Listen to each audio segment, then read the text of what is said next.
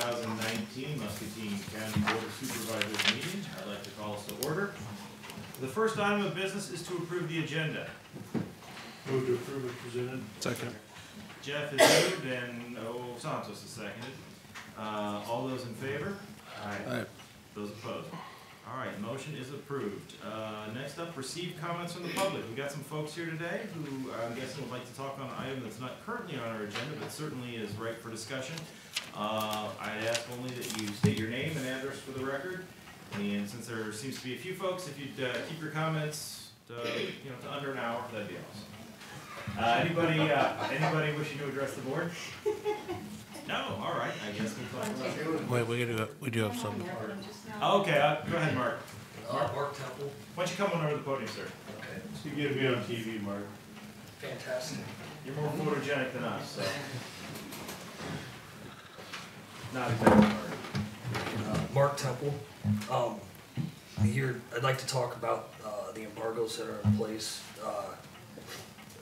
The situation that I'm in, we started a construction project out north of on the north side of Bayfield in Bloomington Hollow before the embargo went into effect. And now that the embargo is in effect, we're basically shut down. We can't haul rock or any load over 11 ton, but rock or concrete to continue the construction project. And I'd like to figure out some way of allowing this project to proceed. It is putting a burden on the homeowner, Tim Kilgore, and basically I'm worried that if we cannot continue, it's going to be detrimental to the construction project. The last thing that anyone would want to see is, all this spring rain on a foundation that's open. It's not protected by any means. I don't know if we could come to some sort of an agreement on partial loads type of thing. Han's represented here, and they are more than willing to limit their load size. We are more than willing to work with you guys if we can just come to some sort of an agreement, I guess. Mark, how many days of work do you think you have left to pour your foundations and your footings? 2, 3, probably 3. As long as we have good weather. It is looking like it's going to be chance of rain Wednesday, Thursday this week. So, Where are you at now? You've got your footings and foundation in? Yes. You just need, trying to pour the basement and the driveway. Yeah. Well, not even driveway now. Yeah. It's just a whole lot for the fill in the basement. Yep. So, rough numbers, maybe about 70 ton of rock and 25 yards of concrete type of things. So. How much does a concrete truck weigh that's half load, like 5 yards? 5 yards? Yeah. Ballpark would be about 52,026 tons with a 5 yard load in most of our larger mixers. We have a few that are slightly smaller, but not very many. Those would cut it down by about a ton and a half. Okay. And your 70 tons a truck, that's Fully loaded. Fully. 72,000. fully loaded. Yeah, 72,000 pounds, 36 tons. It's total, fully loaded. Okay. Kind of one of the good things with their trucks is that they have bridge axles on them too, so we are, they have a larger footprint than, normal, tandem dump truck type of things, so. And if it helps coming back out, we can use those bridge masters and pusher axles on a lower pressure setting to help offset some of the direct weight on just those dry tires.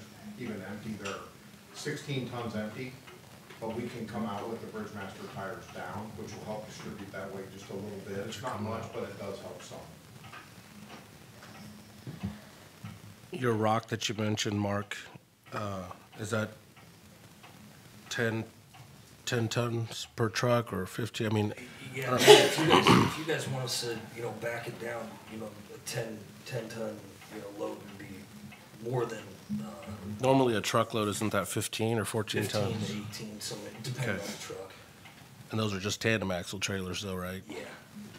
Those would be the ones that I would be more concerned about versus if you have the spreaders on the trucks themselves, it's concrete trucks. But We're currently embargoed at 11 tons, correct? Yes.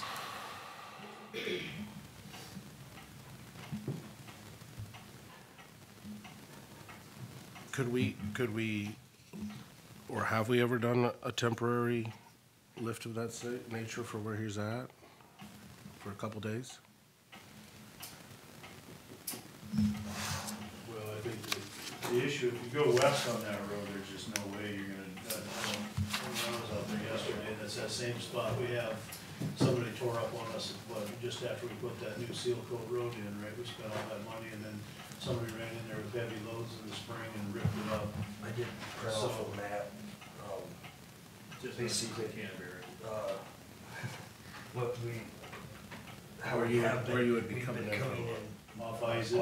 Off Isaac, bypass. and then just down So you Bayfield. wouldn't be and coming on from the other side? Type of thing, yeah. I'll let the rest of these guys, so this is already on all the whole sealed coated areas you're talking about? No, Isaac's not embargoed, right? Yes, it is. Is it? It is Yes, on it the is? list, So yes. we live on ice, right?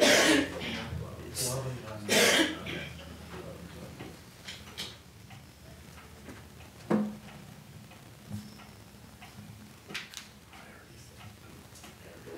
So where he's coming in from is not the damaged areas that we're concerned No, about? there's damage up on top of the hill too, and right hand, lane headed toward Isaac, there's a soft spot up there too. There's damage on both sides. That intersection, that's where the better sides are always falling off Yeah, too. that's why they're embargoed. Damage there. So the question is, do you wanna tear up the road and then repair it? How much you wanna spend? Cause I think the engineer said the road's soft and gonna get damaged. How much longer are we looking at that embargo continuing? Can't say for sure. Would you like more details or no? Yeah, can you give us a little bit more? Would you mind- Yeah, if I You also have the can. opportunity to talk to him. if you need to. A couple things. They have not applied for any embargo permits from us. They haven't spoken to us. That's A. They hauled in their rock, poured a concrete foundation with Hans vehicles, all that, all without permission. Their subcontractor called us, they were told no, went ahead and did it anyway. And continued to do it until I caught them and stopped them. It's that simple. They might have received a permit. Other people get permits. Han has normally got permits. We were quoted, Brian Hahn says we need no permits, which elicited a call from me to Han. Did not speak to Brian, who was not there, spoke to his son, who called back to them and said they didn't like being thrown under the bus. Okay, but why they're here asking for a permit, I don't know. But they never asked, and they never one time. They were told that first time they called, check back with us in a couple weeks, they didn't. They went ahead and did whatever they wanted. Don't know if they're the ones that damaged the road. I do know they were hauling illegally. I'm speaking out of turn, for David Cromer, but you told him, don't even apply for the permit because. Not true. You will not Not receive. true. So just, let's keep it down one so. So that's your understanding, okay? And, That's my understanding. and from my perspective too, Keith, I requested Mark to be here today. He had contacted us in regards I to, didn't request him to speak to our office about an embargo permit. So so the whole point is just so we could have an opportunity to hear. But these were things I did not want to have to say in here, but that was And, the truth. and that's Eric is understandable. not here, he was here to witness that too. Okay. So ultimately, it's our responsibility to try to help the constituents of the county. And if he's requesting something that we About could protecting do, the road. so, correct. But when we start saying, well, how Been damaged, so. long will the embargo be? We don't know They that, would ever so, spoken to us, we would went and evaluated Okay. the stretch of road and see if we could issue them a permit. and that's what we're trying to Same talk way with about. Han.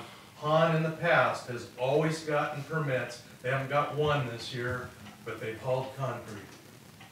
That's simple. Okay. They're obviously above the law. Mark, do you have anything else that you'd like to? I think the outlay of the issue, I mean, is pretty much spoken for itself here, so. When did you start work on the site? I think it was March 20th. And when did the embargo go into effect? I'd have to check back to the I office. think it for was that. March 22nd. Okay. Have we embargoed these roads in previous years? Always. I, Always. we broke ground, March 18th. Okay. When you dug your footings. Yes.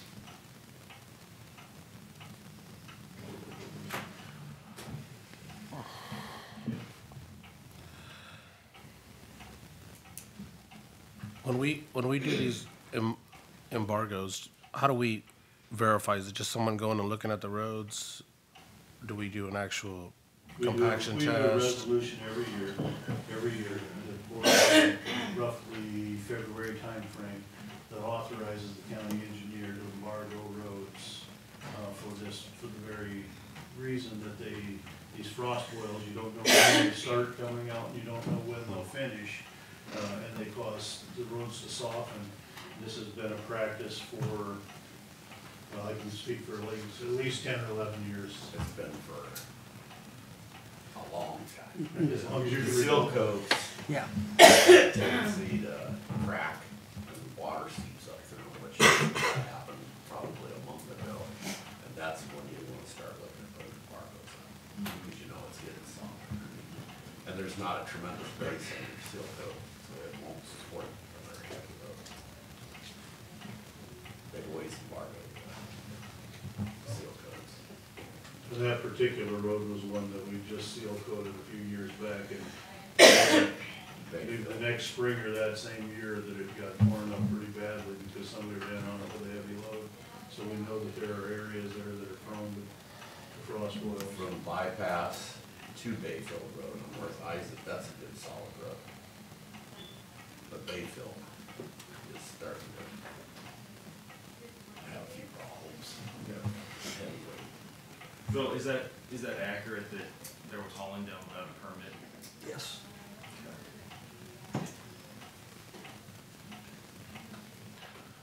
So when somebody requests a temporary permit for on an embargoed road, is that something that we fill out through the county engineer, or does it come to us? they go to the county engineer. Other people have gotten permits, they just chose to do as they wish and not get them. They very well might have received them and had some restrictions that prevented the damage. So at the current state we're at right now, Keith, do you feel that it's something that we could issue for them or not? Have to go look at it. We honestly, not knowing they're here, discussed the road, that road again this morning. Okay, Okay, and we got that weak spot up the top of the hill. It's really hard to embargo a road in the middle. We know people need to be going west of there. yeah. When you, just for my clarification, when you say top of the hill, you're talking about where Bayfield and North Isaac intersect? Yes. Right. Yeah, It looked like most of the damage was on the, what do you want to call it, the westbound or Yes. the outside Okay. edge. Okay. what is give me a worst case scenario of what happens to the culvert's construction if you're unable to continue your work? it's gonna continue to rain on the, you know,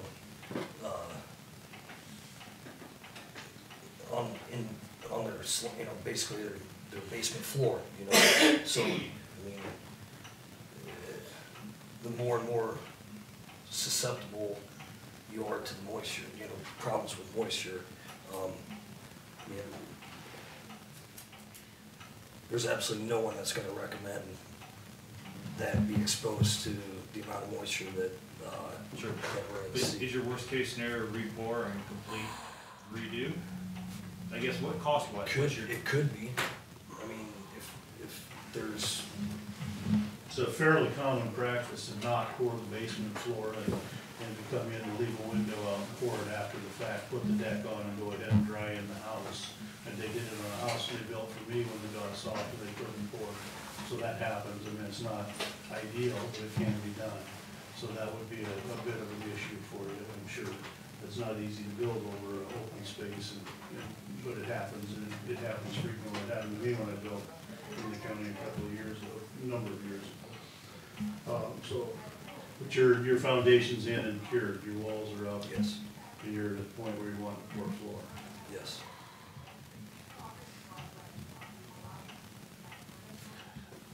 So could we have Keith go out and evaluate that, and then, Well, I think this is, it's not on the agenda for any kind of decision by us. I think we can deliberate, but I think there is a process to look at those, a permit process to look at that. And my suggestion is we, you know, talk to the engineer about that permit process. And understanding that the whole intent of embargoes and permits, it's not that we can't, it's we wanna try to do whatever we can to protect the road, because the last thing we wanna do is be spending, well, the next thing that happens is you tear the road up and every resident on that road's gonna be out here complaining because they can't get their cars through there, they're grounded out. But we've got that all over the county right now too, because we have the similar issue with farmers have to haul, they have livestock and things, and that happens, and, you know, the engineer typically has to work with these situations. We just try to come up with the best possible solution, and I think that's what we need to do here. Right, so yeah, I think right now your options are to look at the permitting process, see what you can do with that, and, I mean, that, you gotta go through the procedures with the county engineer. Okay. Okay. Anything else to add? Well, because you're gonna be hard pressed to get any type of loads down to meet the weight restriction limit, obviously. Yeah, And, it's, maybe the rock, that'd be the only one, but, I mean, the rock, yes, would be adjustable, but the concrete is, Right. you're real limited. These procedures are in place for a reason. And my suggestion would be to get with the county engineer and to have the engineer's office view that said area and see if there's any type of permitting that would allow you, prior to the road being open. Or any kind of process. Any type of process, yep. That would be my position on it. Decking down or something, gravity. Well, see, Cost money. when you said, you know, I can go ahead, you know, I could go ahead and construct the house, I can't even get my floor joists in, because the floor joists come in on a roller trailer, you know, truss trailer, you know, that stretches out to the length of the member. Off the top of my head, I think there's some joists here that are like 54-foot type of thing, so, I mean, I can't even get my wood materials there with this in effect. I mean, surely you're not the first person to encounter the difficulties of building in this early spring, I would think. Yep. It seems like that would be a perennial issue around here.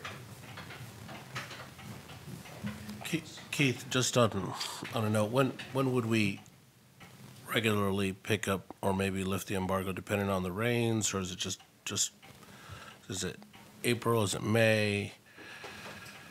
Is it June? What is the normal time frame that we've normally done on average in the last couple of years? Mid-May to mid-June? Probably mid-March starting, mid-May coming on. Okay. One of the things that we changed several years ago was, rather than coming in here and saying, all of these roads are embargoed, is you pass a resolution that when the signs go up, they're embargoed, we put them on our website, we send them to Pond Ready Mix. And the embargo comes off and we take the signs down. And that's to have as few roads embargoed for as short a time as possible. That's the whole reason for that, rather than have them all set out there for 2 months. And I think we have the authority to be out there 90 days.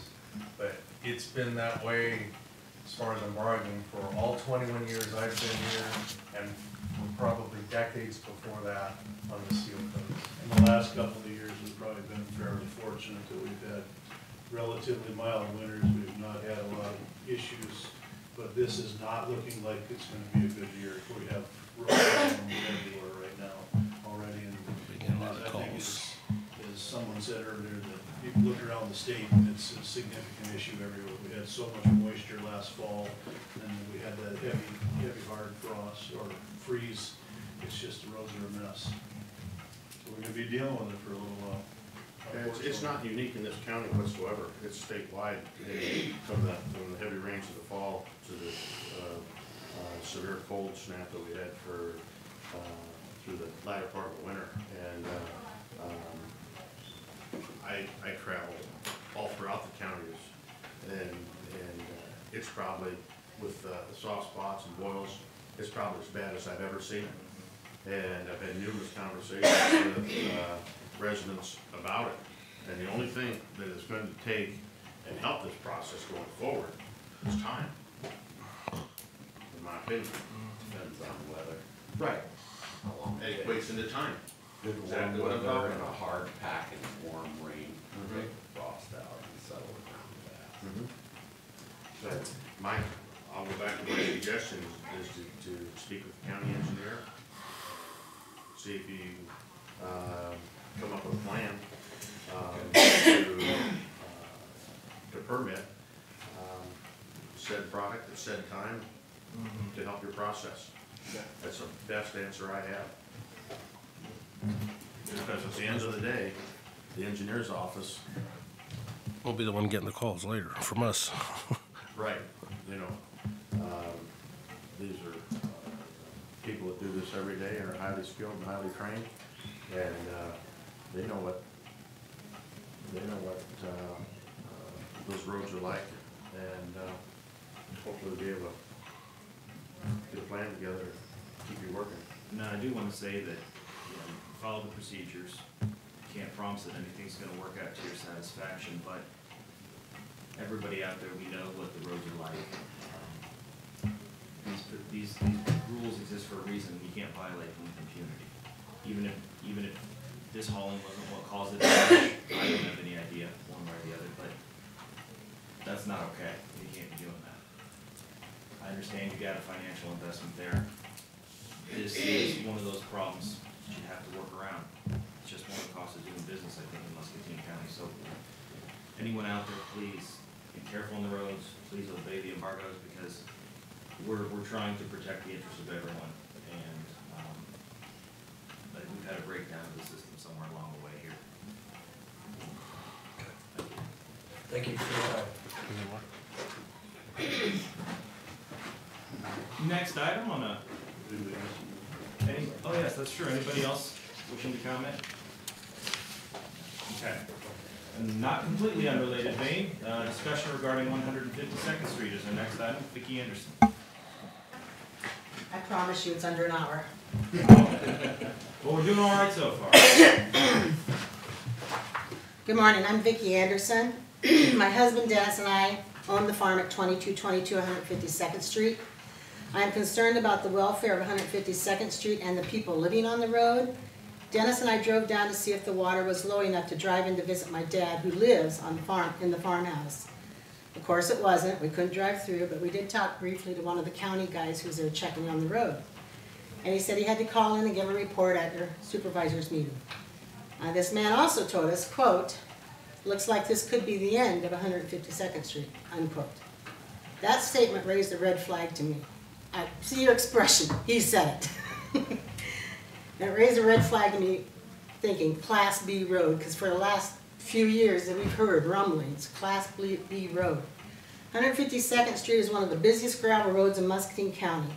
There are at least 15 taxpayers who drive the road daily, 17 if you count Dennis and I.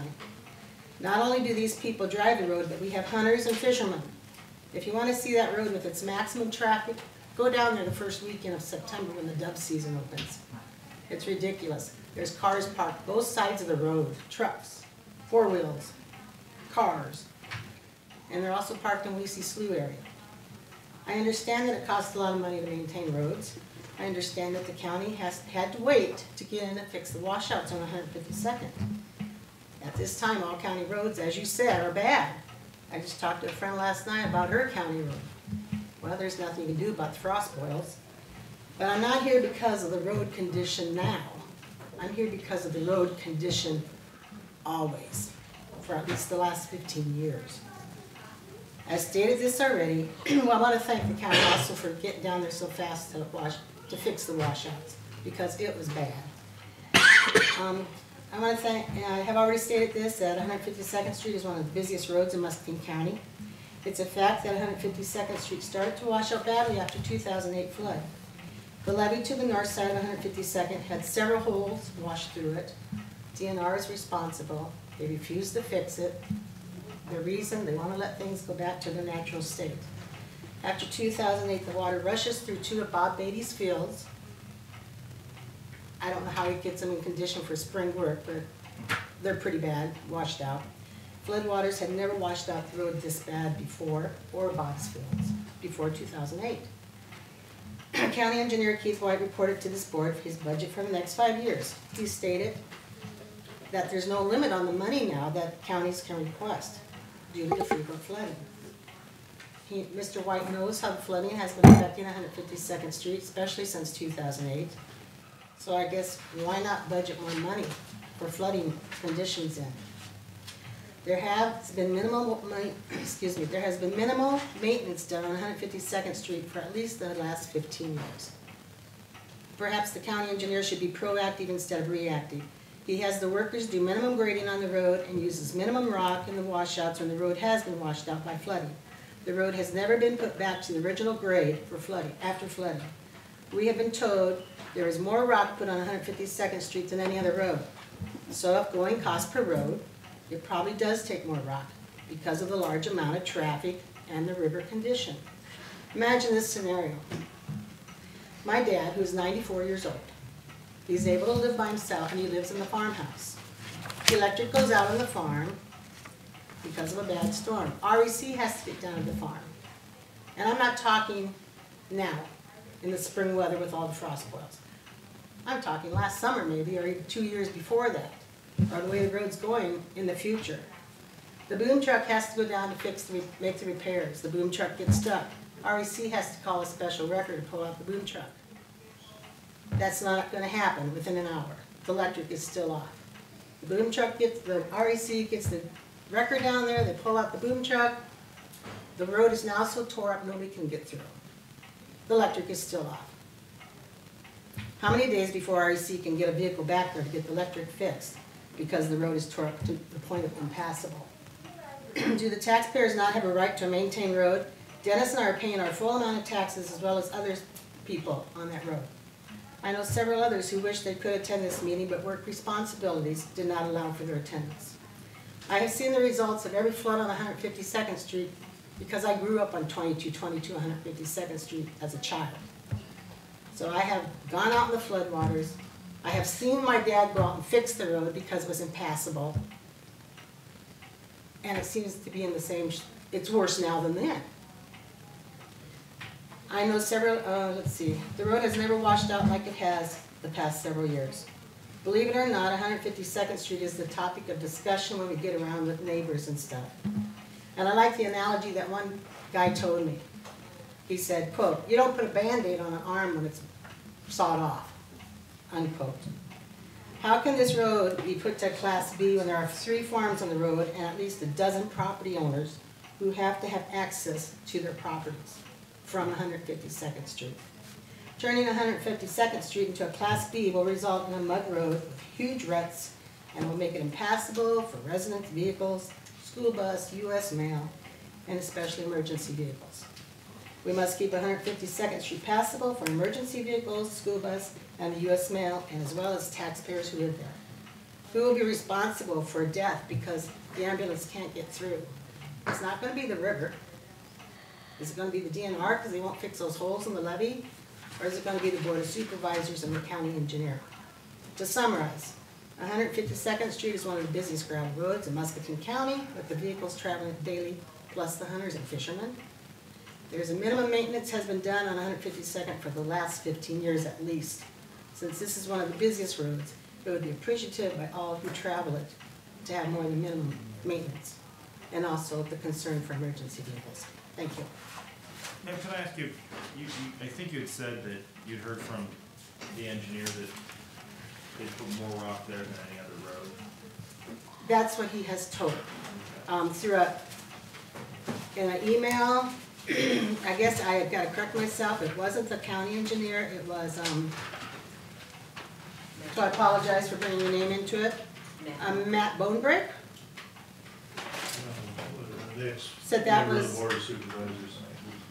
that they used more rock on that road than that one maintaining 1 mile of secondary road in Muscatine County. And just to be specific, you're talking about 152nd west of North Mulberry.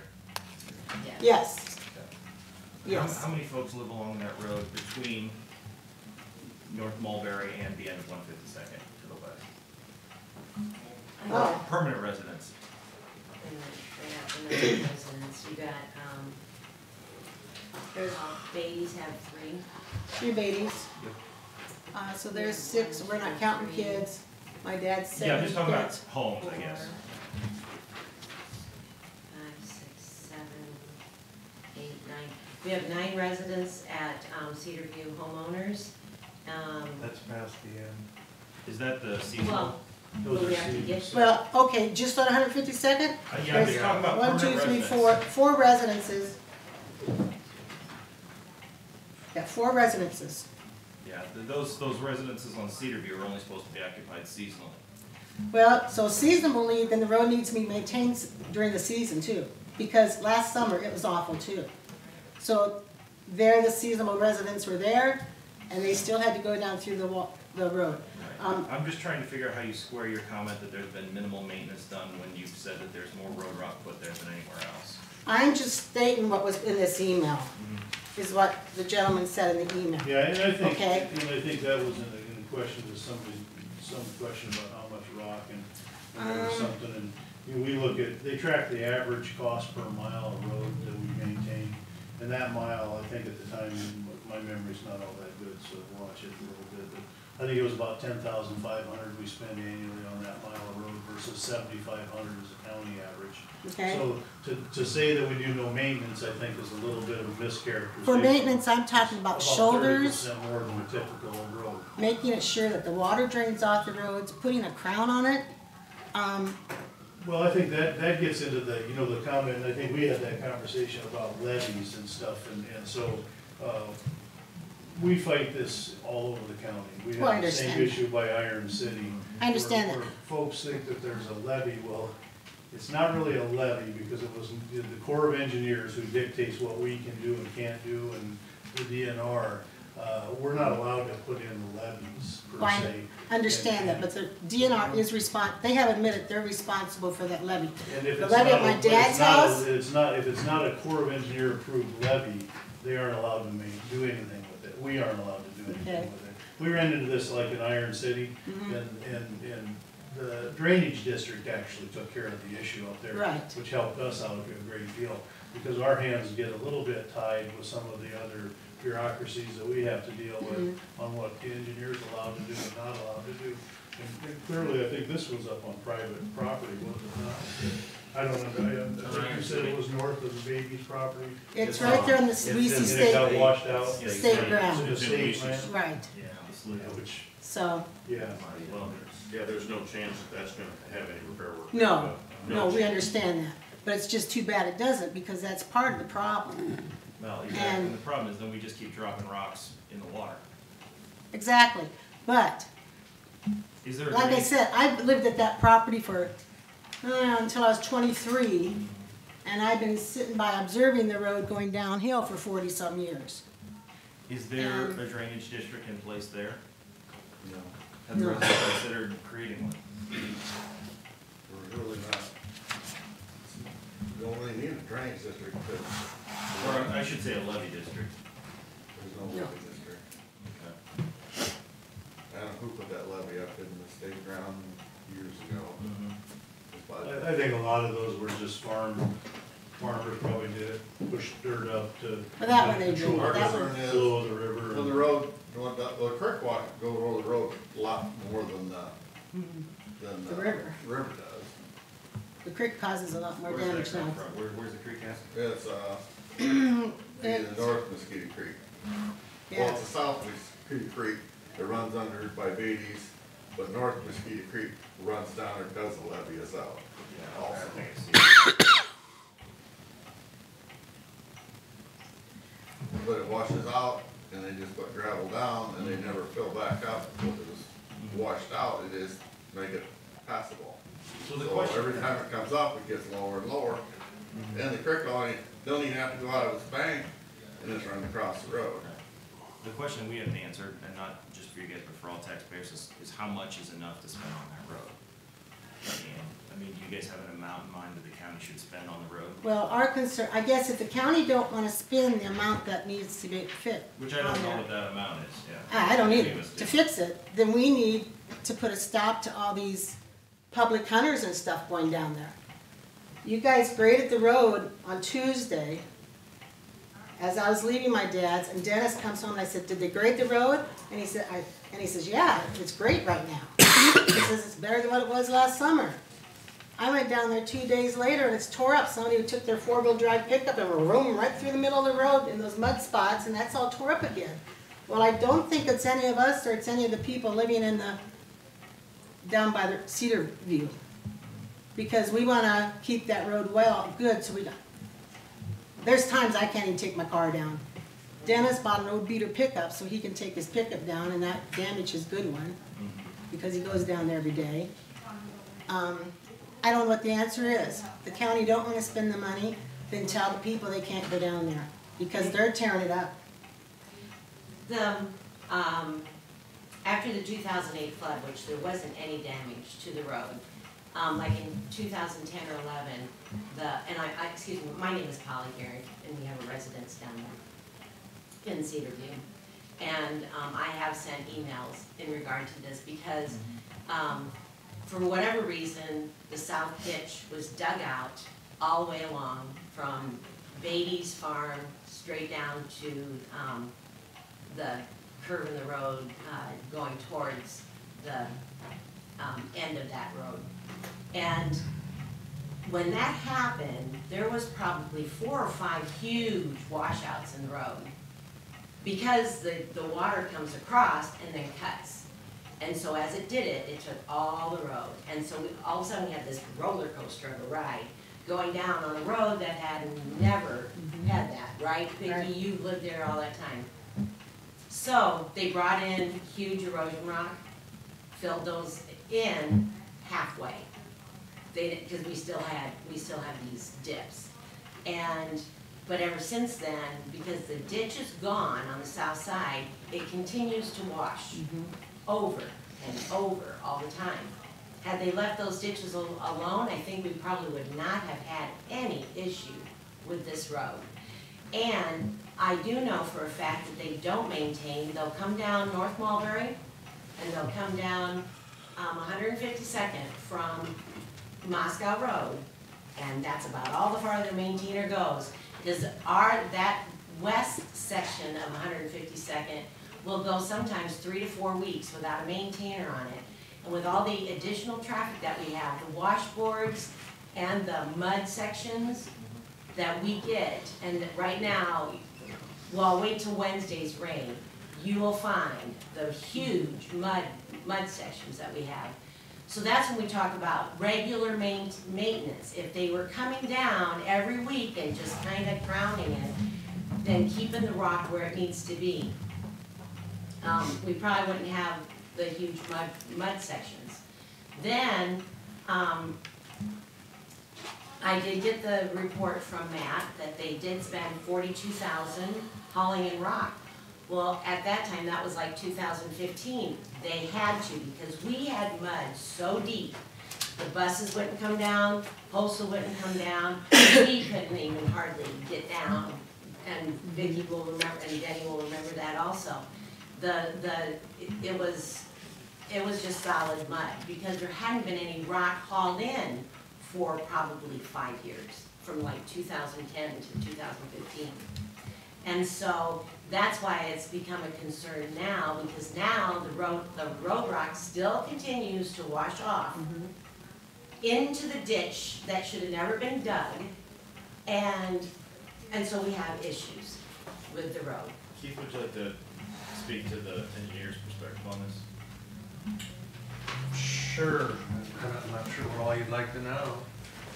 I will point out that in 2013 was the 6th highest flood ever. In 14 was the 3rd highest flood ever. And in 16 was the 2nd highest flood ever on the Cedar, beyond 08. So it does, I mean, I do not agree with everything that she says, but I do agree with a lot of it. After 08, with FEMA money, you're to clean up debris. The ditch was cleaned on the south side, as she said. I agree with her. That was not a good thing. I don't agree that there's still a ditch there now. It's pretty much full of silt and rock. No. And we have chose to leave it that way, as in a lot of other roads, because the damage coming across level is way more minimal than, as she said, breaking over. That is a reason there's not a crown in that road, because when it crosses the crown, it starts cutting. Same thing happens on Salisbury, going down to the park. Now, since we seal coated that, it gets less damage, but there's damage down there right now from these floods. So, you know, I do agree with some of that. The timing, I don't quite agree with the years of when things have and haven't been done. The fact that there are low spots in the road, that's right. The river's been coming over it with near record floods on a real regular basis. And they are, in my opinion, more damaging because of the holes that are in that old levee, that the current never used to come through there quite the same. I'll address a little bit on the creek. Somewhat agree with that too. When we put that structure in there, we bermed up, but Mr. Beatty ultimately had a strong concern that the bermed up part is removed, so it gets out of that creek and goes over and goes across the road. 9, probably 10. It certainly wasn't in 08, probably 9, 10 was when flood recovery work was done. The majority of it from the FEMA work from the 2008 event. And we didn't include that when we talked about dollars spent down there, because that would really skew it 5-10 times that, because there was a lot of money spent there. I will note in those more recent year numbers we gave, almost 95% of that hauled was slag at a way lower price, or you can multiply that up by a factor of 5 probably if it had all actually been road rock. But there's no question the river what will it do? But it's forecast to probably come out of its banks again yet in another week or two here. We see it on the rise again. If you put rock there, it's going to take it away. If you look at F70, the paved road down through the bottom across the Doherty Bridge, that's what you got to build if you want to stop it coming over this road. You got to get the thing way up out of there and probably add some structures. The way it stands right now, it's going to get damaged when the river comes out. Keith, how long was this stretch of road? When they built F70, that backed the water up on us another foot. I'm sure it did. At least another foot. And I imagine that putting an F70 like road in there would displace the water somewhere else, yeah, it Oh, would yeah. cause more Yeah, problems big somewhere dam. else. Yep. Yeah, Yeah, it's gonna go somewhere. And when he mentioned babies, the culverts that are in there right now, there's this little culvert, I don't know just how wide it is, because I haven't measured it, that's that much sticking out that maybe water can flow through because it is filled in with mud. They were much too small, at least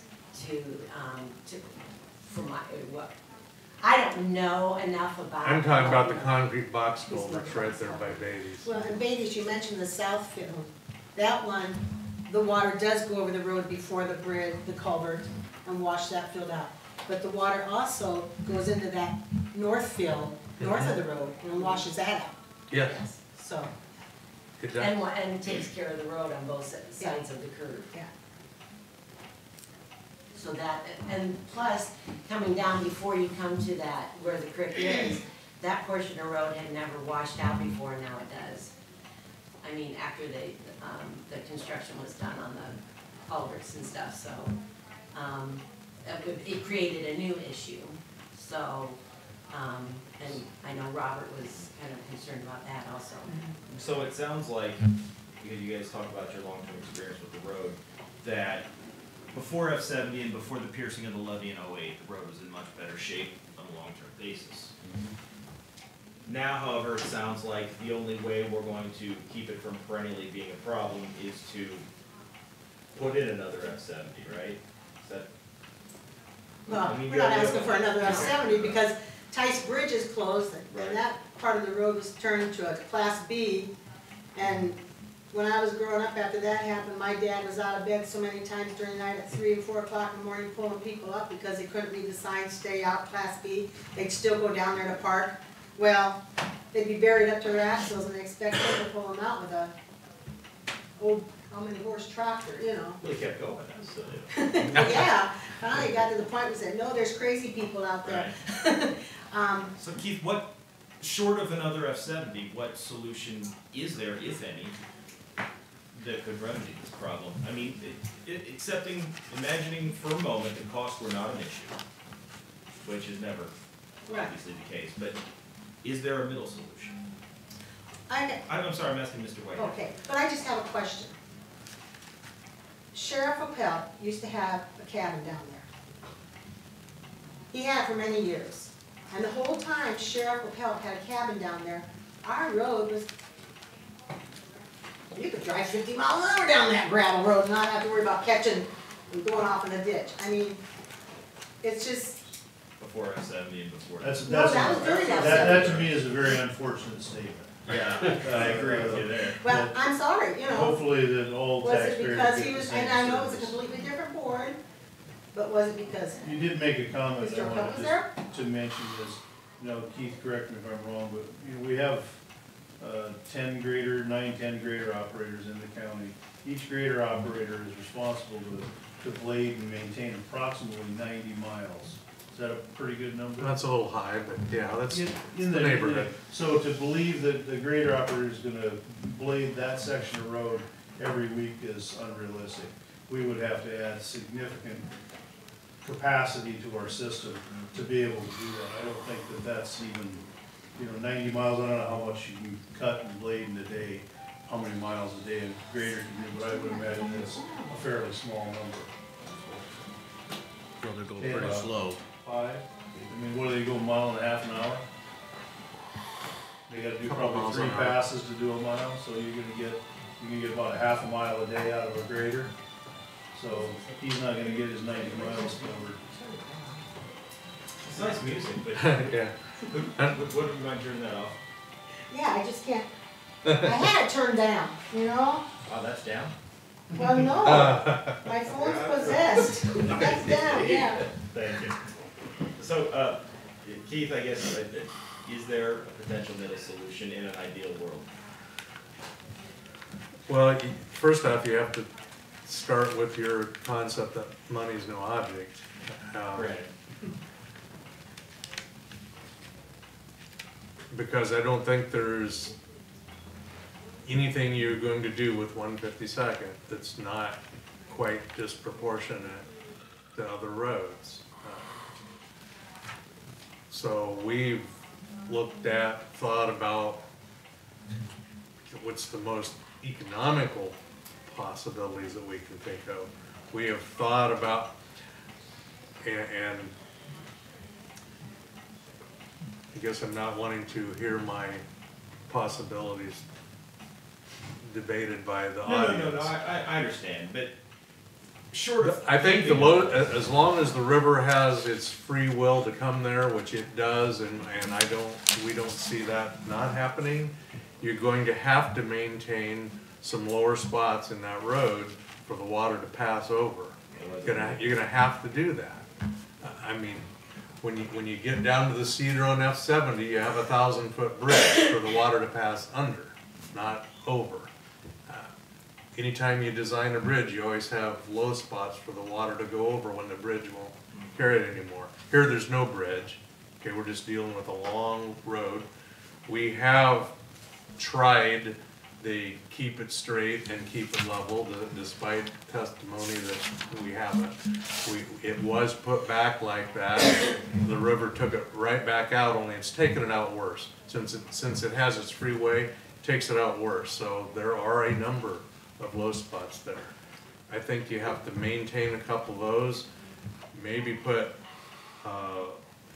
larger material in there and slurry it with a concrete slurry to try and hold the mass there.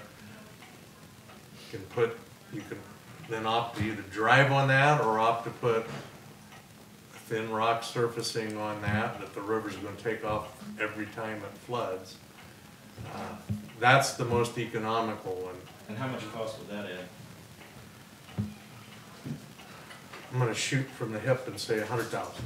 A year, or? No, to construct that.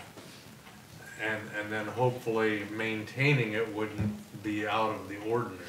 So basically, you're putting the low water or water crossing into Yes, the road. it's something I have opposed my entire engineering career.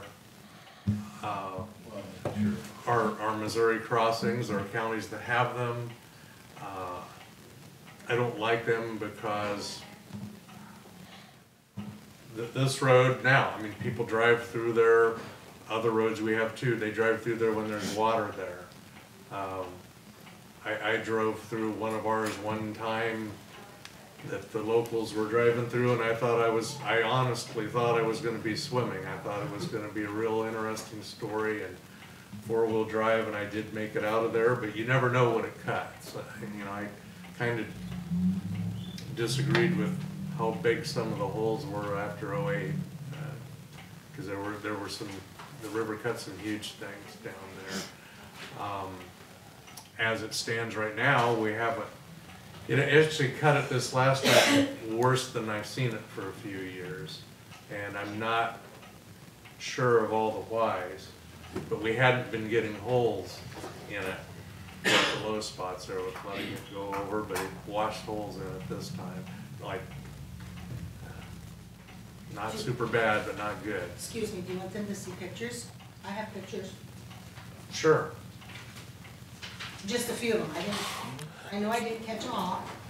I really don't think the road would have washed out this last time. You hit it wrong time, the frost was coming out, and made it soupy, and dug out. Otherwise, I don't think the road. That's a good It explanation. I don't know, because hit just the wrong time, the frost was just starting to come out, and then it just makes the ground soupy. And then Yeah. a little current, that it would have been. But there is more June would have current. been fine. There is more current there than in the past. There's no question about it, so. Keith, when you say that they went in and cut it, what does that mean? You said that they went in and cut it. Was that the graders, or is that? If I said that, I misspoke. We're talking about the ditch on the south side of the road. I don't know. He said when they went in and cut it. I just put it in my notes. I wanted to get what was that? What do you Are mean? you talking? Well, I normally would say the river cut it. Okay. I mean, that's, Maybe that's what. The river washes the gravel off the road into the ditch, and the ditch is pretty much full, so now the water just kinda runs over. one of the things we've Which is done a good here, thing. and that we've done on 245th also, is rather than a peak crown like this, is crown it from the upstream side to this side and relatively flat. That's not the most desirable thing in the world, but Salisbury had washed out multiple times in just the time that I've been here. When the water, so whether it was the ditch that she was speaking about, the ditch over here, or just the crown, when it comes over that crown, it breaks and it starts eating. Okay? And that's why if we take that out of there, that action does not happen. Please, Ms. Curran. We were building our residence in 2008, and so we were caught in the middle of the flood. So after the flood was receded, we went back in to finish up. And the road at that time was not, I don't remember damage to it, because. Normal, it's just normal. Yeah, Normal because damage. there, the ditches were pretty much full, so the water just went across. And then we noticed the big problems was when they came and cleared out the ditches, and that caused the cutting and stuff, whatever. So now, like when you drive down the road, you will see the areas where all the rock is piled off into the ditch and hasn't quite filled up. There are a couple of places where it has filled totally up because it's washed enough times. And also the county plants their sunflower field, and that's where Vicki was talking about, because we have excess hunters down there. The first weekend of September, you will see 30 to 40 trucks or vehicles, mainly trucks. And so we do have a lot of additional vehicles that are adding wear and tear to the road. So that's a major concern to us, because the times when it does not get maintained for 3 and 4 weeks at a time, and then everybody's calling in and complaining because we've got washboards and everything else with mud holes and that kind of stuff. That's the kind of things that we're more concerned about, is eliminating, and maybe those ditches need to be filled back up again, so that we don't have that cutting edge, and then the regular 2-week maintenance, at least, that gets done, instead of leaving it go. And yeah, we've been driving it for 11 years now, so you know it's gotten worse each year, it seems like. How often? The washboard, yeah. How often does a given stretch of road see a grader? Depends on the time of the year. Typically, probably the quickest is 2 weeks. Now, there are high-traveled roads, there are roads that are way more high-traveled than this, that maybe get it a little sooner than that, or you get a call and they end up covering it. It's not unusual in the summer to go a month, not at all, when the roads are hard and dried up. In the case of this particular road, in several of these years, when the river's coming over and it's gonna come again, they've not gone. But in the past, we used to, I mean, from before my time, they used to go and try and retrieve that rock and bring it back. And like I said, after '08 and the flood cleanup, the ditches were cleaned. You all know that's normal practice to have a ditch, but we've allowed them to basically fill back in. Because it will do exactly as she said. If you have much of a ditch there, it's gonna cut. You just got to imagine a large part of the river crossing this entire road. I mean, I can remember it in my earlier days where the one culvert she's talking about there, the river would come up and it might go through there. It might eventually go over in that spot, but that's kind of the places that went over. That was before '08. After, said you heard me reading off the historic crest there, going across there. I do not think you can feasibly raise that road enough, dollars not being an object, to stop that. And you certainly can't build enough structures to pass the volume that's coming down that river. So I think your option is a low water crossings and to try and keep those areas passable. I mean, it's one of a number of roads that has our permanent water override sign out there that we go full down, because it's just that way all the time, which the residents probably pay attention to it and are at least aware of it, and others probably ignore signs like they usually do. No good solution out there. How many spots would there have to be? Low water. Well, right now, there's probably close to half a dozen out there. But they didn't wash out. Because they're low. In '08, we only had of Highway 6, F70, 22, and G28, only one road, paved highway, didn't wash out. G28, it's the one that was 13 feet underwater, because it was low. Yeah. And so you didn't have the eating action of breaking over that fill, the same thing. I'm just curious, Keith, on the amount of low areas on this road. Just give me your best educated guess of how many running feet would you guess would be low? I know it's an unfair question possibly, but just take a stab at it for me. Well, the biggest one's probably a couple hundred feet, and they're probably some are probably under 100 and some are over, so You have 6? probably 600-700 feet. Maybe more. And in a low water crossing like that, you know, how deep would you expect that to get? Obviously, it depends on how low you put it. It depends on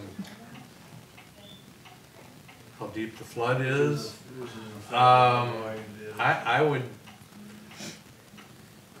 I'd say a couple feet deep. I mean, I think that's The challenge with low water crossings is there's inherent public safety issues with them. There are. Because people unfamiliar with the area running through and they start going through, then we the got. main difference in this area would be, though, it's not as if you would be swept off into deeper water, because it's just level out there with the field. But so it's not my favorite solution. I lived in Santa Fe for several years, and I drove almost daily down through an arroyo, a large arroyo, where they had not, there's bridges there now. And I came back from Albuquerque one night and drove right into it as she's running, you know. I had no ill results, but you didn't even see it. That's what I don't like about low water crossings. Yeah. That was on a main road, that was on a highway. Yeah, I lived in Texas, it was the same way. You get a big rain and Yeah. my word, it's hard to get across roads. You never know you'd be running dry and you're running into 2 feet. It's crazy and not a great experience. That's why I get a little concerned about it. Clarify for me if you would, because I'm not clear on it. The amount of permanent residents west of Beatty's. West of Beatty's? West, yeah. West, 31. No, you're not permanent resident. Oh, West of Beatty's, I was thinking. Well, they call it seasonal down there at Cedarview, but there's a lot of us that live there year-round. We All I'm did- interested in is permanent residents. That's what I want to know. Two, what did you say? At least 2 homes? We have 8 homes in ours, 8 homes are permanent? And then Or plus 9. 2 more, 10. Is that at Cedarview? yes. They're at Cedarview and the other 2 are not at Cedarview. So 10. 10 permanent homes. Well, those permanent homes aren't supposed to be permanent homes. Oh, yes, they are. That farmhouse has been there for at They're least the some ones years. No, the ones he's asking about. Oh, okay. Yeah, no, I got you Because that number seems incredibly high to me.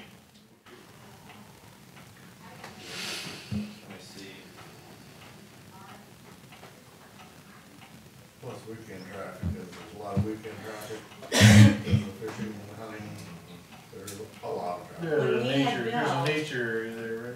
When we had billed, it was known that it was gonna be our permanent residence, and Jody was to have issued the gal that used to be on, and I don't know what happened through that process, and there's several others that had filed for permanent residence at Cedarview. So, whether that kinda got lost in all the paperwork or something, I'm not sure. Ms. Greer, I'm trying to find, where's your residence at? 1487 Cedarview. And we leave, when it's flooded, we leave. Has Cedarview ever considered going out through Doherty Estates? The land that connects between us and the ones right by Doherty Bridge is owned by some gentleman. There is no, in fact, it's been losing ground because he doesn't have it riprap, and the river is trying to cut right through to his ground, and it's gonna probably cut us off between Doherty Bridge residents and us. So, but you got Brad and Britt Garrett, they bought farm, an acreage down there. They have they get to use our lane as access to that. So that's one of the other residences that's down there. I had So- that account. Yeah, so that's why we have these others, and there's, we give the ones that are living there, full-time as residents. They do realize that when the water gets too high, they either boat in or get out. So- One of the challenges we face is that the folks who are living there full-time aren't paying taxes like they're supposed to be. They raised our taxes from $300 up to, we're almost at $1,400. Right, which is nowhere near what a permanent resident would be paying, or should be paying. I mean, it's kind of a fraud on the taxpayers of the county to live there, to say you live there permanently and to only pay seasonal taxes. That's because we pay the property tax on the property owned by the homeowners association. Sure. And then the homeowners association, basically, we pay our home HOA fees to maintain our road, to get in there, to have our garbage, to pay the insurance on the property. And everybody else then pays property tax based on their structure. Now, if the county isn't charging us enough, they base it, we have an assessed value of $88,000 on our home alone. So, if I look at a house, that's assessed at the same value, I don't know why I'm not being charged the same, because it is a residence. Right, I think because it's not the assessment, there's a rate discount for seasonal homes, if I understand correctly. I don't know how that would be when she's applied as a permanent resident. Well, and I don't know if that applies to every residence in Cedarview or most or what have you. Because some of them down there are still paying maybe $200 or $300 because they don't have a newer structure. And there was, like I say, everybody went through their permits with the septic and Sure. raised them to the level that they were going to be at, so, and we had gone to and gotten our permits, acquired our permits, knowing and letting, the officials know this was gonna be a residence. And maybe that's, the county hasn't caught up with the proper tax rate, I'm not saying you guys are Right. trying to pull anything. I just know that out there watching or gonna watch later, there's folks who, called into us, they're living around Jasper Avenue and say, hey, our road's all tore to hell. I pay taxes like a full-time resident, and here I hear folks who are served, by roads already getting 50% more spending per mile on it, who aren't paying their full share of taxes. So, I mean, we gotta answer those questions too. So, unfortunately, what I'm hearing from Mr. White is, short of putting a new full road in there, there's perhaps this underwater crossing solution, but there's not much else. And it sounds like for whatever reason, in the last 10 years, the conditions have changed so that what has been a floodplain is more like a semi-permanent flood zone. And the living situations are less ideal. And so, I mean, that's something we've got to take into account. Certainly, I think we're going to continue to have dialogue with Mr. White and see what solutions, if any, are available, but it may simply be that there isn't a solution that is within the reach of the county. And that's not something we'd be happy with, but, you know, if as conditions change, that may be a place we end up. Okay, excuse me. The reason I came, I know I can deal with the flood, you know, I don't live down there. I always moved out. Dad took me out so I wouldn't miss school. I was one of those kids, you know. Anyway, my concern is that road gets so bad when the water's not up, just storms, and it's muddy and stuff, that an emergency vehicle would not go down there. I don't know if last summer an emergency vehicle would have went down because it was so washboardy. When I go down to see my dad, it was like 10 mile an hour, you know, 10 mile an hour was too fast. What can they do to not make it so washboardy even? I mean, Well, you know, put the blade deeper? I don't know. and unfortunately, you know, washboard is a function of a lot of things, but Right. speed of traffic. So if you're driving more than 3 mile an hour, you're contributing to washboard. So think of how many people are driving more than 3 mile an hour down that road. A lot. And then the conditions that the road sets in. So if it's moist underground, and you're in a high moisture area, it's gonna pound. What happens is it starts driving the shocks in cars, and it starts pounding those spots down and makes it worse. So a road with a lot of height, if you have that hunting area, the public area, you're probably getting additional traffic. So all that high-speed traffic is gonna cause. Yeah, we definitely do get, which, Could be the blade operator, but unlikely, depending on how it's bladed. I don't know who your operator is, whether he's a good one or a bad one, or I think we. It's tried to- Gary Cersei. He don't put the blade very no, good, he just, and he doesn't, like 30 horsepower tractor. would take you. once in a while, he might do a good job. You get more washboarding if you carry a flatter road, and they carry a flatter road. It's also very, very wide road. It's wide. It's very wide, I mean, I which imagine affects the maintenance. the washing out prevents you from building up any kind of sustained base there as well. So you're gonna have the singage. Well, this is an area, we have, 152nd isn't the only one. We have a number of these areas that we have to figure out what the long-term solution is, because we have an issue on 152nd, we have it on Iron City, we have it on Edgewater. We have all these areas where the roads aren't that great. There's gonna be a tremendous cost to dealing with it. If we try to put in a good solution, a long-term solution, I think we have to just figure out what the right thing to do is. I don't have an answer, it's a lot of questions.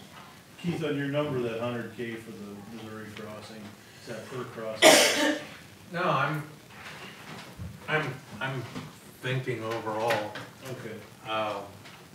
We didn't create one once, but when we had a hole out there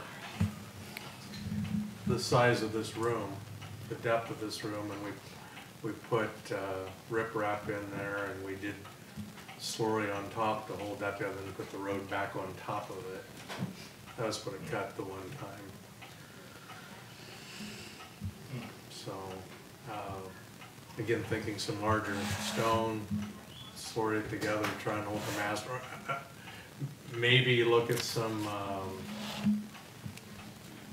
concrete mats, and again, slurry them. There's research out there, things that people have tried.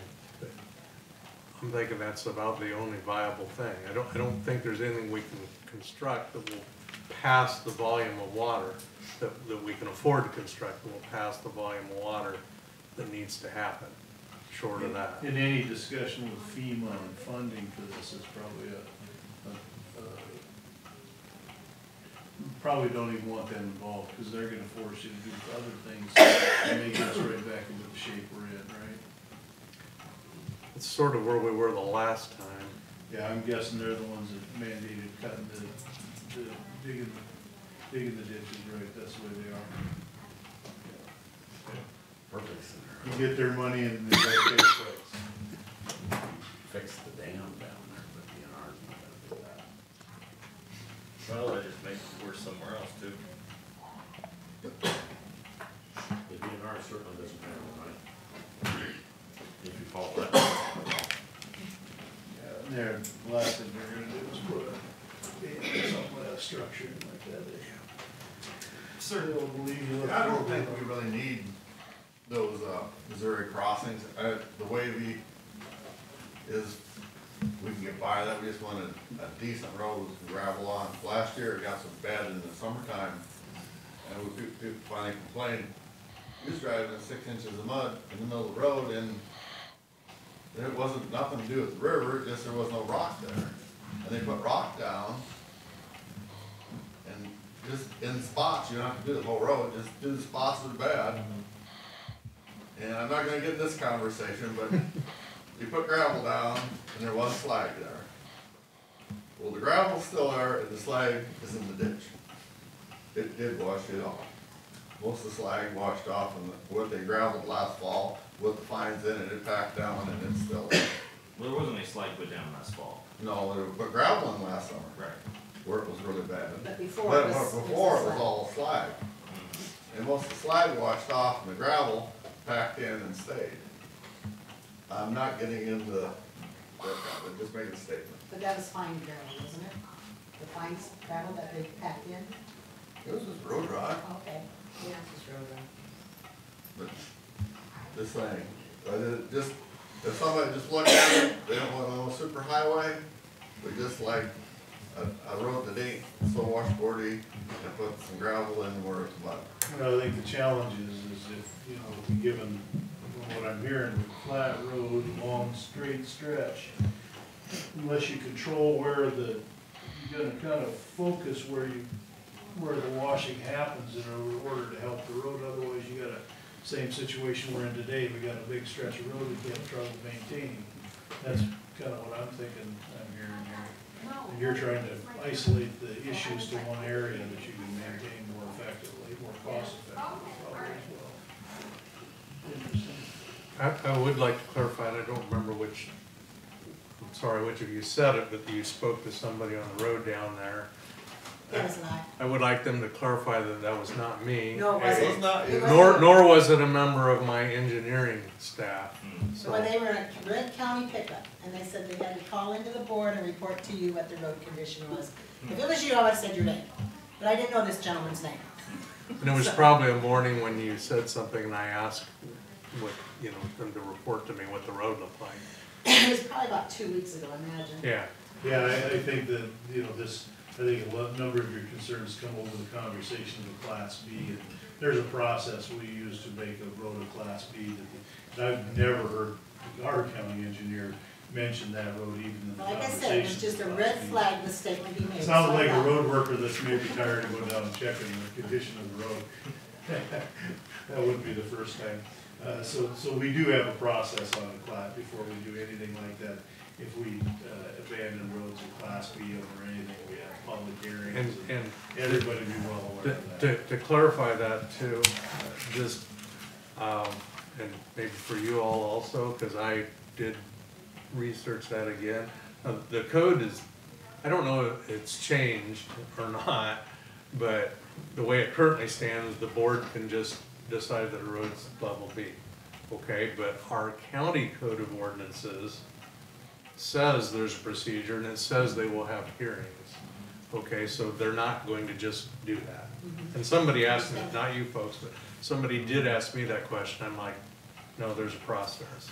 And Because we did that about 1.5 years ago, where we had a number of days where we were looking at, do we want a Class B and we had a chamber full of people giving feedback on every road. They were sent information from the county engineer. The county engineer had actually spoken to a number of them in advance even.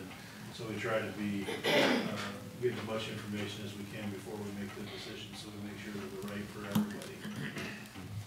So I guess to put a bow on all this, and thank you folks for coming out, we're certainly aware of the challenges that your road presents. I know the engineer is going to be, and has been looking at possible solutions. I guarantee you one thing, no one's gonna be happy with whatever we come up with. But this is a time of year when our engineering department takes a lot of heat, and I do wanna recognize that, they do a great job. And, just wanna thank Keith and all his, staff and his engineers for keeping the county moving. We've had an amazing challenge, and it's gonna get worse, probably before it gets better, as I think we'll see in our next agenda item. Thank you folks for coming. We will be in touch, and, Yeah, and I think the point is, we hear about 152nd all the time. Keith is in here frequently talking to us about the challenges they're having down there, so I think it's not unnoticed. I think the challenge the board has is, we have a number of areas like this that we just have to figure out what's a good long-term solution, because we're not getting any help with it from others, and the county's gonna have to figure out how to deal with it, and we will. It may take some time. Okay, well, thank you for listening. thank you guys. Thank you. I'm sorry it did take an hour. But I Hey, could just yeah. talk. Well, next up, Do you know who those people and are? possibly not a moment too soon, is discussion of possible action to approve a disaster declaration for Muscatine County with our emergency manager, Brian Wright. I spoke with Brian on Friday, and this is something we as a board had considered earlier, and it seems like the time may be right. So take it away, Brian. I'm gonna try and keep this under a half hour. All right. Just give you a timeline. March 13th, the state of Iowa community started receiving some flooding issues. The state opened up its emergency operations center. All the EMAs throughout the counties were asked to provide information to the state. With that information, on March 23rd, Governor Reynolds requested a presidential disaster declaration, and it was given. Last week, on Thursday, I received a phone call from the state indicating that Scott and Louisa counties have declared emergencies.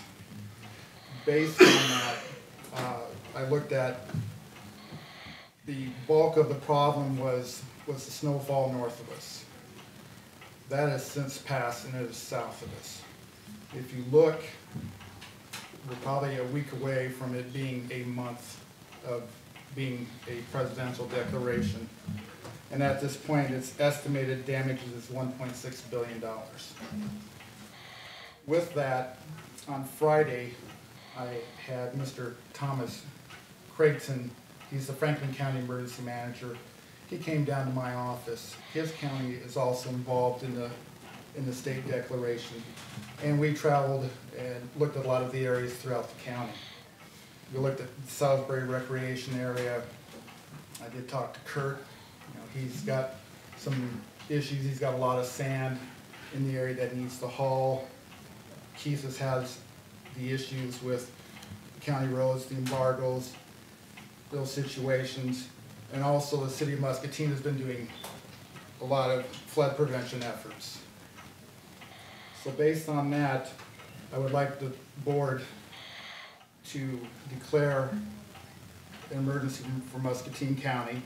That allows me to send it to the state, whereupon it's up to the governor to make a proclamation on that. And with that, it does open up individual assistance based on probably low income. Also, there's some public assistance. So the thing is, I don't know how long this will last, being the presidential declaration. Based on the information that I'm getting from the National Weather Service, we still have the snowfall up north. It looks like a bulk of it hit the Dakotas, so it's probably going to go Missouri. But every day I receive different information. They're expecting 2 crests instead of a major one. Now, with rain coming this week, things change. So I would like to proceed with this, get this going. Hopefully we will be declared a disaster county, and then we'll be able to look at our critical infrastructures, probably recoup some of the costs. But based on the information, the flooding is probably gonna go into May. And as mentioned, the tributaries will probably come up again, so it's hard to tell exactly how long this is gonna. Brian, is there a certain amount of documented damages you have to be, for this not to be Our county threshold is just under 162,000, so I'll need figures from the engineer's department, from conservation. I reached out to Muscatine Public Works Friday, wasn't able to get anything, but it also extends, we still have high water up yet. So based on that declaration, we'll probably go with 60 days from that and can reassess what we have that's still affected by water. Is that only public damage, or is it also, if there's private damages or impacts, are they able to get? That's kind of based on, under the individual assistance and kind of the public assistance. More or less, I will be working with more of my counterparts coming in based on, I'm 6 months into this job, I'm learning this, and a lot of them have willingly come down, and I've been learning a lot of information how to do this. It's just the point where if that declaration ends and they try to start another one, I don't think there's gonna be enough damages where we can be included in that. Any other questions? I'd move to approve. Second. Jeff has moved, Santos is second to approve the disaster declaration. All those in favor? Aye. Approved. Thank you. Thank you, Brian. Okay. Next up is discussion and possible action to approve proclamation 04151901, declaring April 14th to 20th of 2019 as National Public Safety Telecommunicators Week. So if you guys recall, I think when Beverly was here, we talked about, we had a couple of situations where we wanted to recognize some of our telecommunicators that have done a great job in the 911 center, and this is, it's the National Week, and this is to recognize that and have a little employee recognition. The user group had set this forth and said, wondered if we should go ahead and go forward with it, even with the transitions over there, and I think we were all pretty convinced that it's a good thing to do and move forward. So this will be, there's a couple of recognitions that'll go along with this, and Those recognitions will happen at the commission, Muscatine Commission meeting tomorrow night. Yep. okay. So I move to approve. I would second. Jeff has moved, Scott has seconded. I'd like to thank indeed all of our public safety folks and our telecommunicators. All those in favor? Aye. Thank you. Number 7 is discussion and action to approve the minutes of the April 8th, 2019 regular meeting. Move to approve. Second. Scott's moved, Jeff seconded. All those in favor? Aye. Number 8 is correspondence. Santos, start on your end. I had an email that I forwarded to Keith in regards to 160th Street. Scott was an email that I was too. And basically, Keith had replied back that, I think we can either wait for drier weather and we're just cutting the road down. I forwarded that back to Kurt as well too. The call that I got from Mark Temple about Bayfield, and that's all I have. Jeff? Yeah, I received communication on Bayfield, we talked about that, and then I had a message, I have not been able to follow up with an issue on 155th. I'll try to get to that early this week. I also had the call from Mr. Temple, who was here earlier. Scott? I also had the call from Mr. Temple, and the correspondence that Santos just spoke of that I was brought into as well, and that's all I had. Oh. I had a call from Mark Temple. I don't have my paper with me right now on the correspondence, but I had a gentleman email me about his road, wanting to know when we were going to repair it. I told him as soon as the ground settled, the roads would support a grader and a rock truck. Grandia on North Isaac called about a stop sign on North Isaac at 170th Street. What else did I have? Corey Schreiner? Corey Schreiner called me about his road. And that discussion was, he's lived there 7 years and never seen roads like this. And I said, yeah, but because they've done like this before. This doesn't happen every year. It's been about a year and it's gonna be a while before we get to it. Yeah, I think encourage people that, you know, we've seen a migration of people from the cities to the counties and, you know, living on a gravel road is different. And those that have been here, that families have been out there for dozens of years know that it's weather related on how the roads are gonna react every spring. But they do it every spring and it's just a matter of degrees of issue.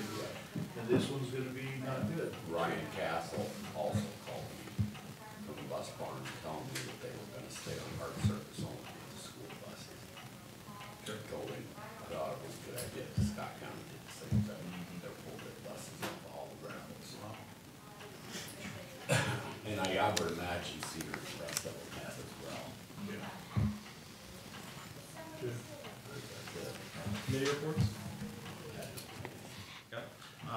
On Monday the 8th, we had Magic, and the bulk of that conversation was searching for a replacement, I'll say, for Mark Arrington that moved up into Mark Warren's position, obviously, and the difficulty that they are having in coming up with candidates in that regard.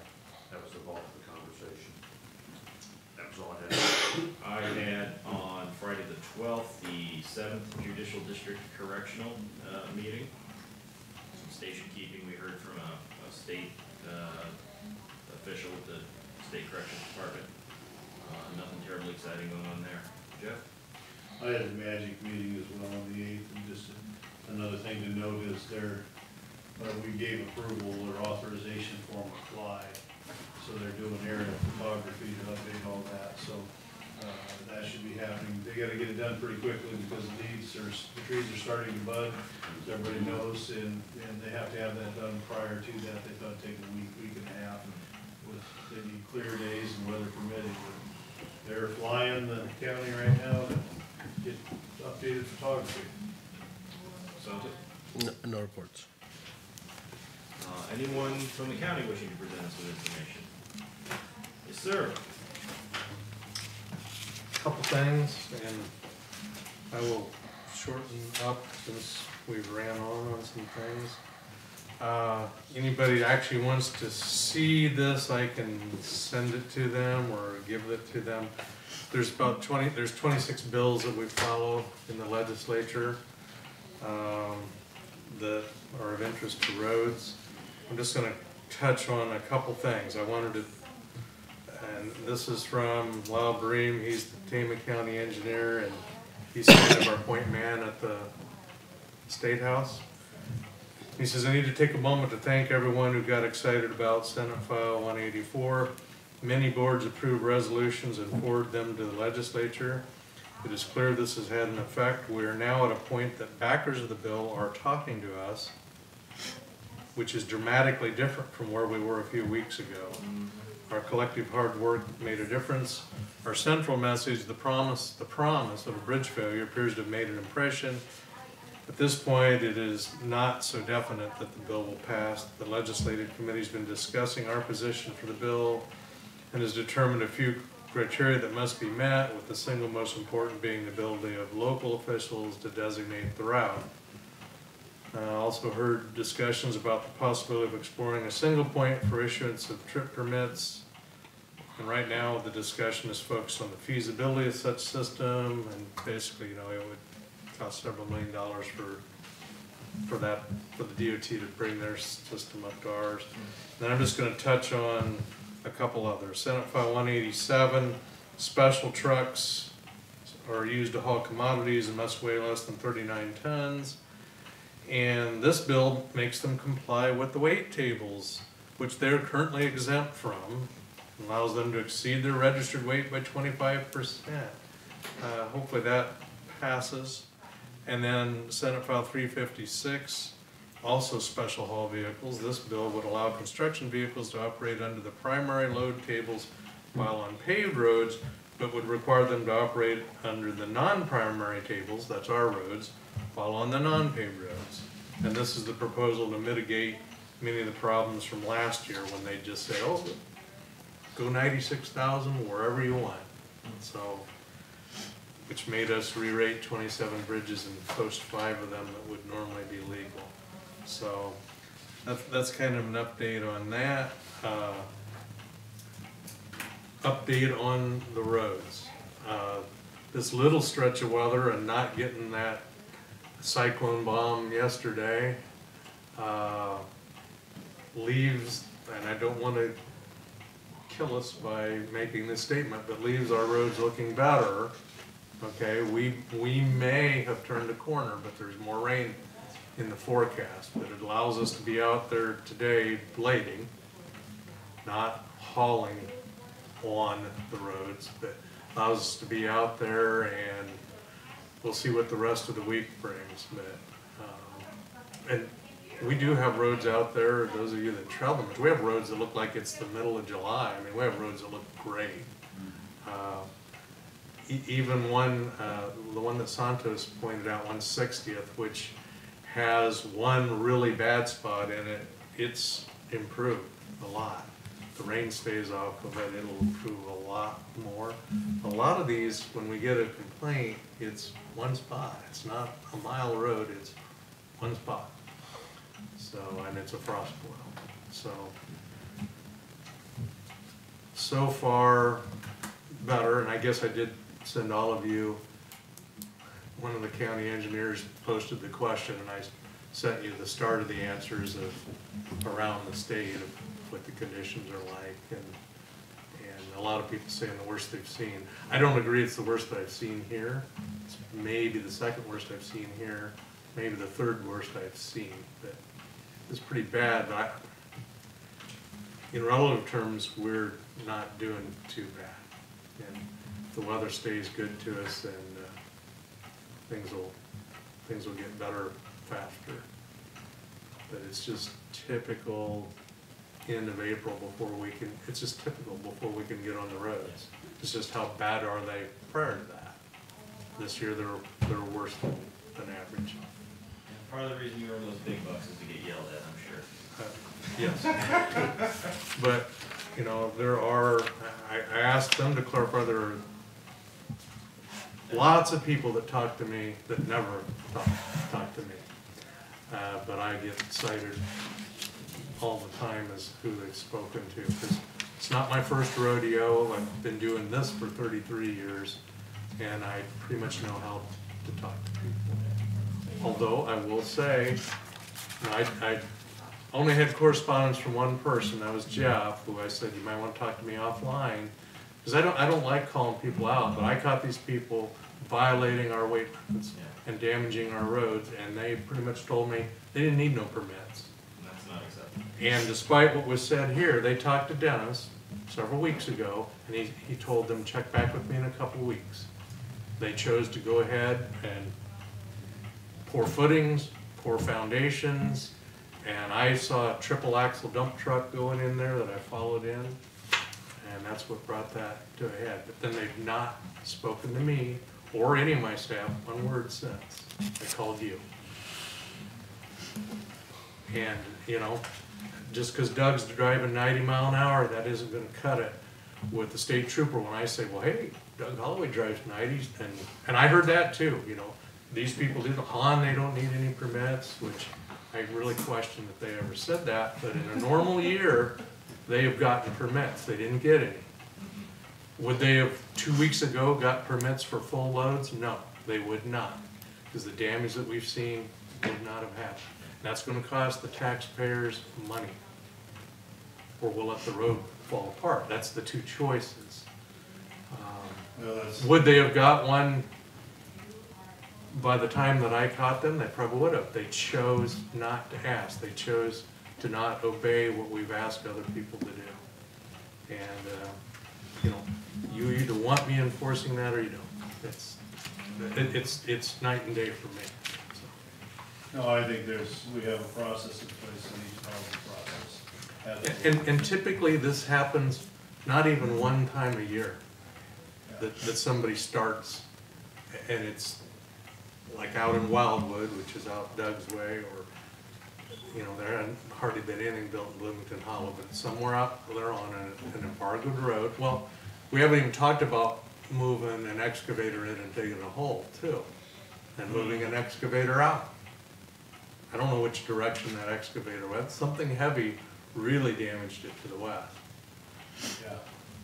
I saw that, I drove out there last night. I saw both spots you're concerned about. They're, you know, I said, yeah, you're correct. The one up at the top's really only started, at the east end is really only started appearing. But if they talk to, any of them, if they talk to us, we try to work with them. We've had lots of people get permits this year, not these folks. I drive that road every day. My daughter lives on North Tipton. And when they started that construction, I started noticing holes starting to appear in that road on Bayfield. I mean, I got told by them there was 6 inches of asphalt on North Isa. That is not true. There's 2 inches on top of Seal Coat. Yeah.